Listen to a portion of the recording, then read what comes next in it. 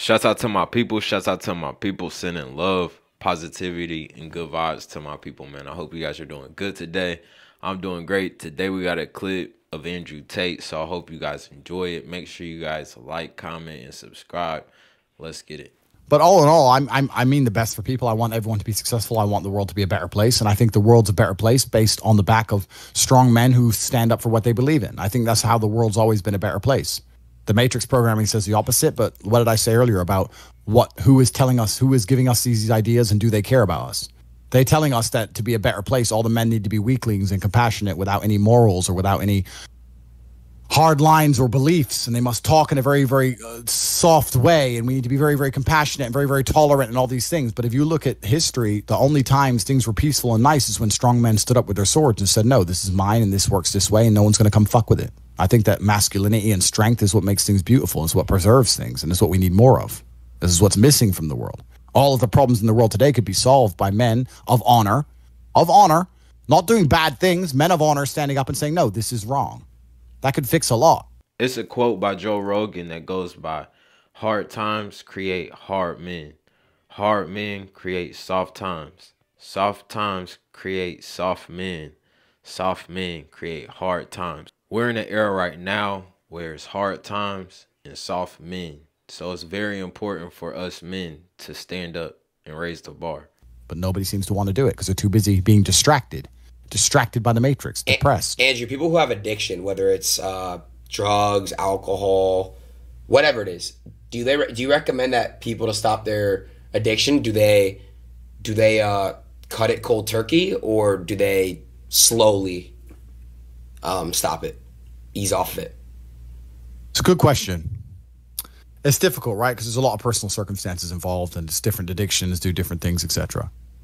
I don't know. I can't imagine truly wanting to quit something and not being able to quit. Like, I could quit cigars today. Like, it wouldn't even plague my mind. Like, if I wanted to quit, I'd quit. I can't imagine a mind frame or a mindset where I want to do something and can't do it. Right. So it's almost difficult for me to answer that question, because if you have that kind of mind, if your mind is so fundamentally broken that you cannot do with your own mind what you want to do. Right. You know, like that, then you're just fucked, right? Life is hierarchical. There's always going to be kings and there's always going to be peasants. If you have a mind that you can't control, then you're never going to be a king. You're going to be a peasant. That's your life. You have a peasant's life ahead of you, and that's your destiny. Enjoy, right? There's always been peasants. That's life. But I believe that, the most important thing you can do as a man is to gain control of your mind. Once you have control of your mind, life is so ridiculously easy. It's so ridiculously easy.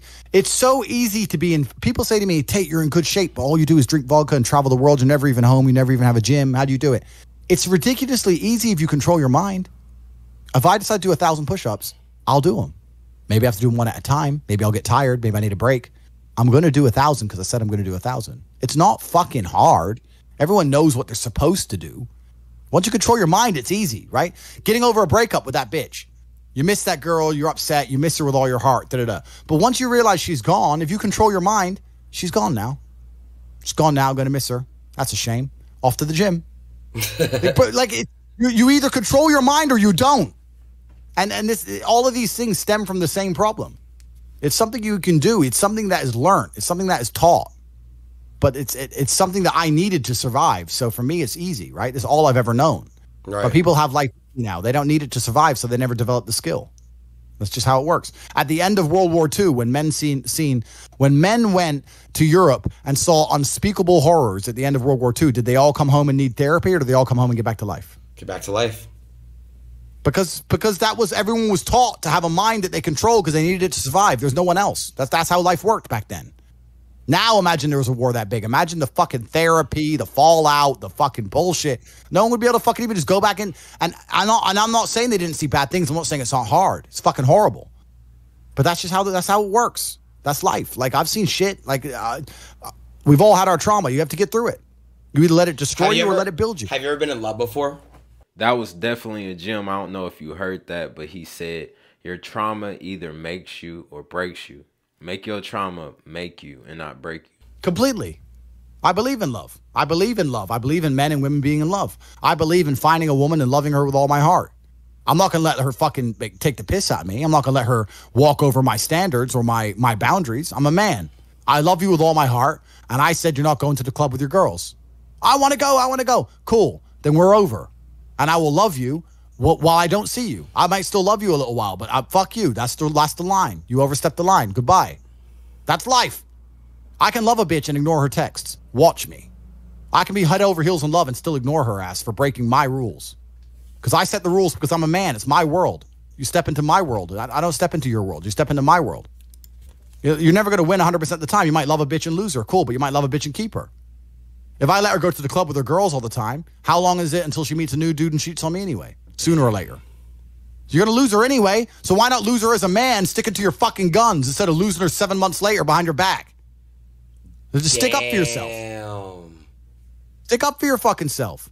But this is it. But people are so scared of the emotions. That's all it is. No one's going to shoot them in the head. They're scared of the emotions of missing her. You're a full-grown man. You're scared of some emotions. Sit in bed and be sad and fucking play your chess and go to the gym and be sad and lift your weights and be sad for a while and do your shit till you're not sad anymore. The fuck? You're scared of emotions to the point you let a bitch run your fucking life? It's insane. And this is the world we're in today.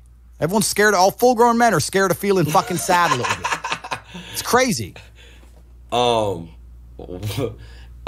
said, what hobbies do you do besides obviously go to the gym? By the way, I don't like working out. I hate it. It's a chore that I do every single day for half an hour every single day. It's discipline. Yeah, it's a chore. It's discipline. It's discipline. I don't enjoy that.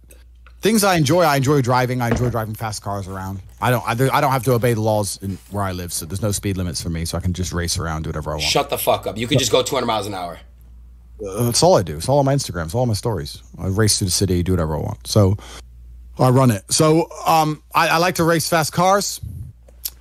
And then Conquering Earth. This is my new hobby, is Conquering Earth and freeing minds. I watched the movie The Matrix. I watched Morpheus, and I understood why he goes back inside of the Matrix to free minds. That's what I'm doing. That's what I'm on this podcast for. I don't care if I take one person and I free his mind. That's all. That's my new hobby now. My new hobby now is replicating the mindset, which is going to be capable of resisting the oncoming enslavement of humanity. I am Morpheus coming in and out inside of the Matrix, driving the Nebuchadnezzar up and down from Zion, freeing minds. That's my new hobby. And I'll be around for a while. And then one day I might vanish and disappear.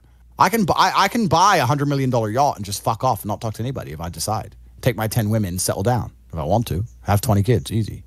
If that's what I decide to do. I'm here freeing minds for a while, and this is my new current hobby, and I'm enjoying it. It didn't take long to conquer the entire internet. All of it is mine. I own it. Done. This is it. Conquest. Conquest is all life's ever been for men.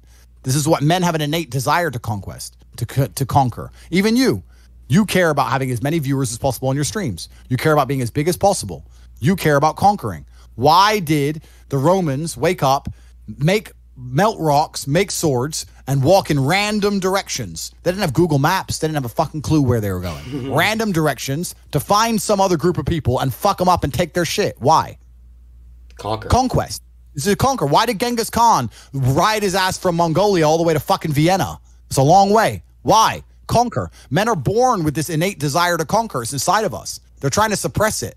They're trying to distract it away from you, tell you that you're wrong. You're toxically masculine. You shouldn't want to conquer. You should want to sit at home and be tolerant. No, you shouldn't. You should want to conquer shit.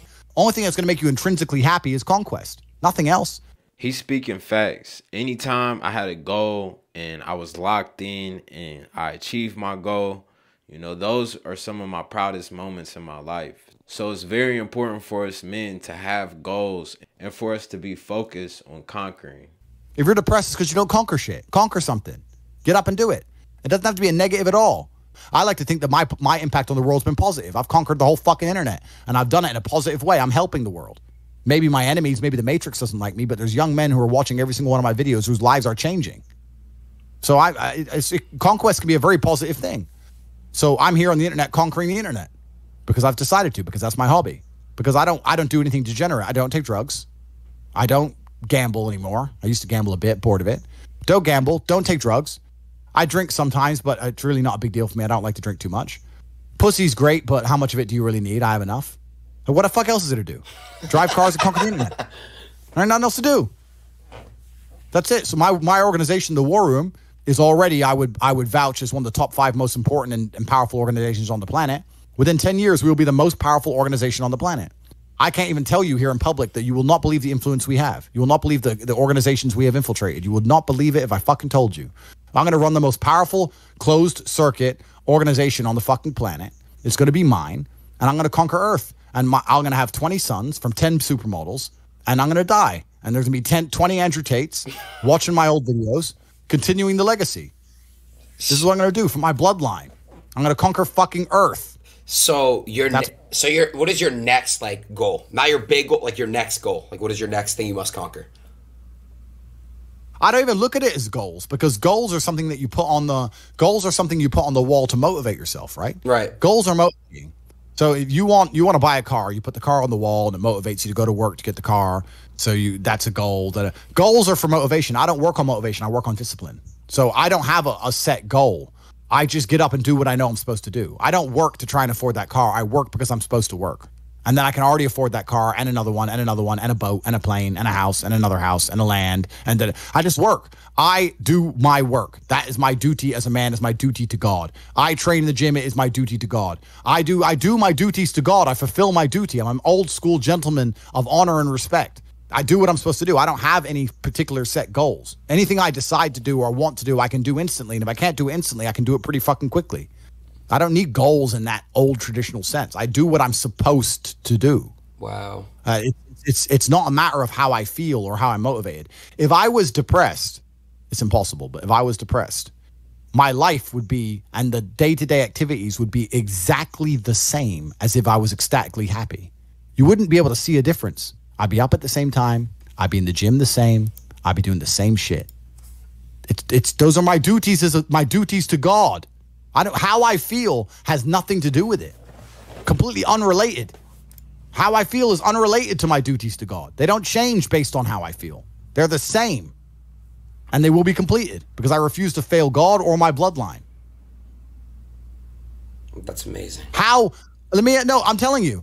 There's how many people in this stream? 188,000, 168,000, whatever.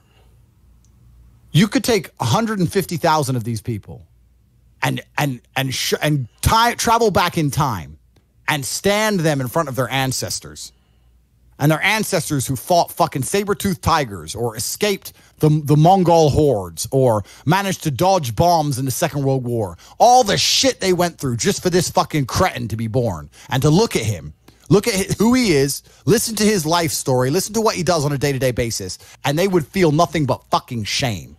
Your ancestors did all that shit, all that struggling to survive, hunting and gathering, fucking avoiding enemies, anything it took, dying at age 30 from a tooth infection, all the crap they went through just for you to be born so you could smoke weed and jack off. That's what your ancestors died for? That's what they worked so hard for? That's who you are? That's the end of your fucking bloodline? Do you feel no shame? It's fucking shameful. My ancestors will look at me and think everything we went through was fucking worth it. Your ancestors will look at most of these people, their ancestors look at them and feel nothing but fucking disgust. It's true. It's fucking true. It's disgusting.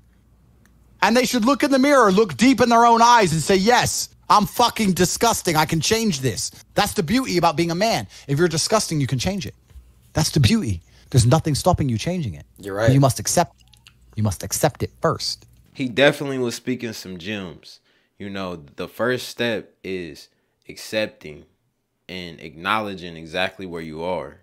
That's the first step. Once you accept that, that's the day you can change and start heading in the direction of where you need to go. Most of these people, what they do is they hang around with other disgusting people, and then they're a little group of disgusting people, and they think, well, I'm not disgusting, everyone's disgusting, and this is normal, and it's normal to be a fucking jerk off. This is when I was making jokes earlier about predators and prey. In my world, I'm in a world of predators. It's not normal to be a fucking jerk off in my world. Damn. There are duties that men must fulfill, whether to God or to your bloodline. But this is a genuine honest. I'll say this now. Of those 150,000 people, I guarantee even their fucking living relatives, their living parents aren't even proud of them. It's like, the fuck? Your own father's ashamed of you. And you don't even feel fucking motivated to do shit. Chad, y'all think that's true? It's a fucking shame. If you were to go and look your father in the eye and said, you know what? I could have been a UFC champion. I could have been a multimillionaire. I could have been a race car driver. I could have been a fucking nuclear physicist. Could have done all these things, but I was busy on Pornhub. You think he's going to be proud of you? Fuck no. Fuck no. And there's men here who will deny it, right? There's men who will go, no, no, no, no. But those are the ones who are most lost. It's the denial that's going to hold you back the most. The people who go, yes, I'm wasting my potential. Those are the ones who have potential. The ones who stand up and go, I am wasting my potential. I could be anything and I am not that yet. They have a chance. The men who go, well, no, actually, I'm fine. They're fucked. They're inside the matrix, fully slave-minded. They're a waste of time. Damn. But if you sit there and go, you know what? Yeah, I am wasting my potential. Yes, I can be more than I am. Even if I'm already great, I can be better. As good as I am, I still push myself to the limit every single fucking day. I have every single thing a man could possibly want. I'm still pushing myself.